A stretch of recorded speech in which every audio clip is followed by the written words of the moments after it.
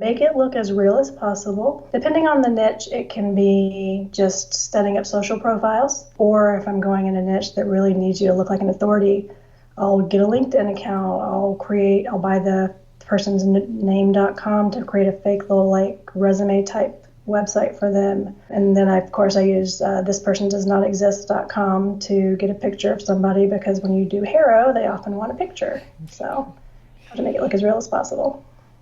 Can you tell us a little about that website? The person It's some doesn't type exist. of AI. I don't really know where it sources its original images from, but it kind of splices random bits of them together to make real images, although they're not always real looking, so you can get some really wacky looking stuff. So you can't just take the first image that pops up, you have to really look at it. Okay, that's pretty funny. I wasn't aware of the site, but you have a nice post on this, and you have some of Yeah, those images that look ridiculous. So, yeah, they're crazy. as far as you go deeper than a lot of people. So some people would Yeah. just put the about page and then have an image and maybe a little backstory, but you're creating the social profile. So from say Instagram or something like that, do you actually like post some stuff so there's a little bit of history, or to what level do you Oh go? yeah, I will post some stuff initially, and then like every so often I'll log into all of them randomly and just like post random updates or just retweet something so that it looks real. Gotcha. And how do you have any idea how much time you spend? Like, do you schedule it, or is it just like randomly you're like, oh, you know what? I should probably go hop in and do some social stuff. It's more like downtime. Like I don't really want to do anything else. I could get on Facebook and fuck around, or I can do this, and it'll actually be something helpful. So Okay. And then you could post like fake updates. yeah, exactly. Yeah. And this was actually a question from a reader and a viewer over on YouTube about just the ethics of creating like a fake profile. Are there any like ethical issues that you see, or Well, how do you handle it? yeah.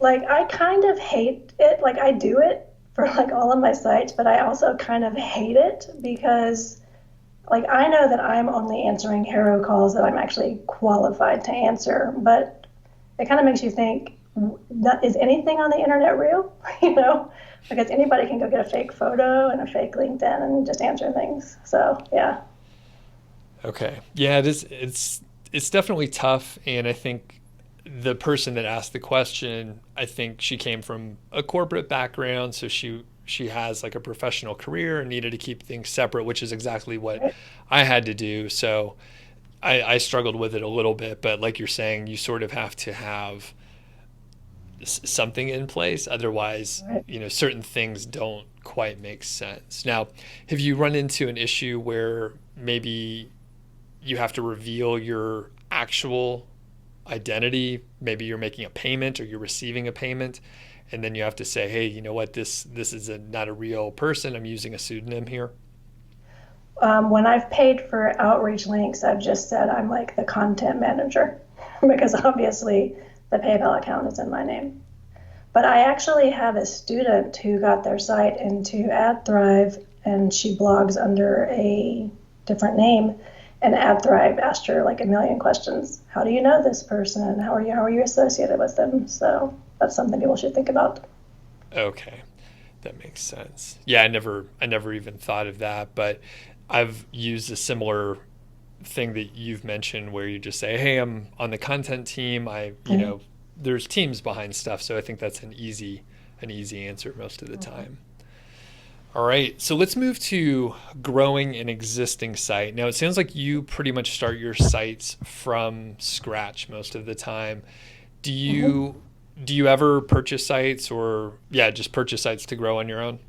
Yeah, I actually purchase sites sometimes from the Flipping Websites Facebook group. What the types of sites that I buy are usually on the cheaper end of the spectrum, and what I look for are sites that I can use to just fill out a silo on one of my existing sites. So if I had a gaming site and I didn't have any content about Fortnite and somebody was selling a Fortnite specific site, then I would buy that site and make it a 301 all the content to a Fortnite silo on my existing site. Okay. So the mechanics of that, can you describe it a little bit? So there's a site that has content, and then you're gonna 301 each one of those URLs to the new URL on your existing Right. site within a silo. So where do you do that? Well, the first thing I have to do is make sure all the content is actually up to date and good. So I don't 301 everything at the same time. So I'll go through post by post, and I start with either the most trafficked post in Google Analytics or the whatever is ranking the best in Ahrefs. So I'll go through that. I'll see what needs to be updated or changed, and I'll move it to my new site, my existing site, and then I'll do my 301 through cPanel. So it's tedious. It's not hard. It's just tedious. And then, of course, you have to make sure you don't make any typos, because then you end up with 404s. So. Okay. And in the cPanel, there's just a redirect. So Right. does that write to the HT access file probably? Yes, it does. So you just go into that and you click on your site as the site that it's going from, your new site, whatever. Hold on, let me get this straight. You got it. Yeah. Yeah, so you're going from the site you just bought to your existing site. Yeah. Okay. And then you would need to leave the hosting account in place for the old site, right? Because that 301 redirect needs to live somewhere in Right, it has perpetuity. to stay in the HT access file. So what I usually do is I will put the site that I bought on the same hosting account, just to make things easier. Okay. So I'll recap. So you buy a new site that has content. This is an awesome advanced topic. I'm glad we're going so deep into this stuff. So you're buying a site that has the content. You are prioritizing the content based on either traffic levels or the highest rankings. You're 301 redirecting on the old site to the new site, and you move the content over. You're doing that via the cPanel, which basically writes to the HT access file. So that old site will just stay there and will redirect. You'll get those rankings. Probably takes a few weeks to kick in, right? Yeah, sometimes it can be with a couple of days, but usually it's about 2 weeks. Perfect. Very good. Now, And if you're go. using a host like Cloudways, though, that does not have a cPanel, which I use for a lot of my sites, it's a little more difficult.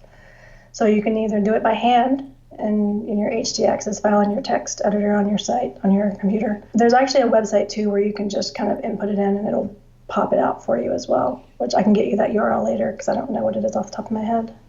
Okay. And I usually do just edit the HT access directly. Yeah. So it's a little Yeah. faster sometimes if you just copy and paste. Unless you have like 300 posts. Yeah. There's no fast way to do it that way, I guess. So Yeah. very cool. So when you buy those sites, you move them over, you get the rankings, and I guess that's a great way to just like pump a ton of content super fast. Yeah. Okay. Off the top of your head, do you have any results where you added content to a silo like this and had pretty remarkable new traffic and stuff? It's always made my sites rise when I do this, but in one particular site, when I moved over just a 19-page site that I bought, it went from like 5,000 visits a month to 50,000. And I take it that was greater than the sum of the two separate parts? Oh yeah, the site had basically no traffic that I bought. It wasn't even earning any money. I just bought it for the content. Wow, that's crazy.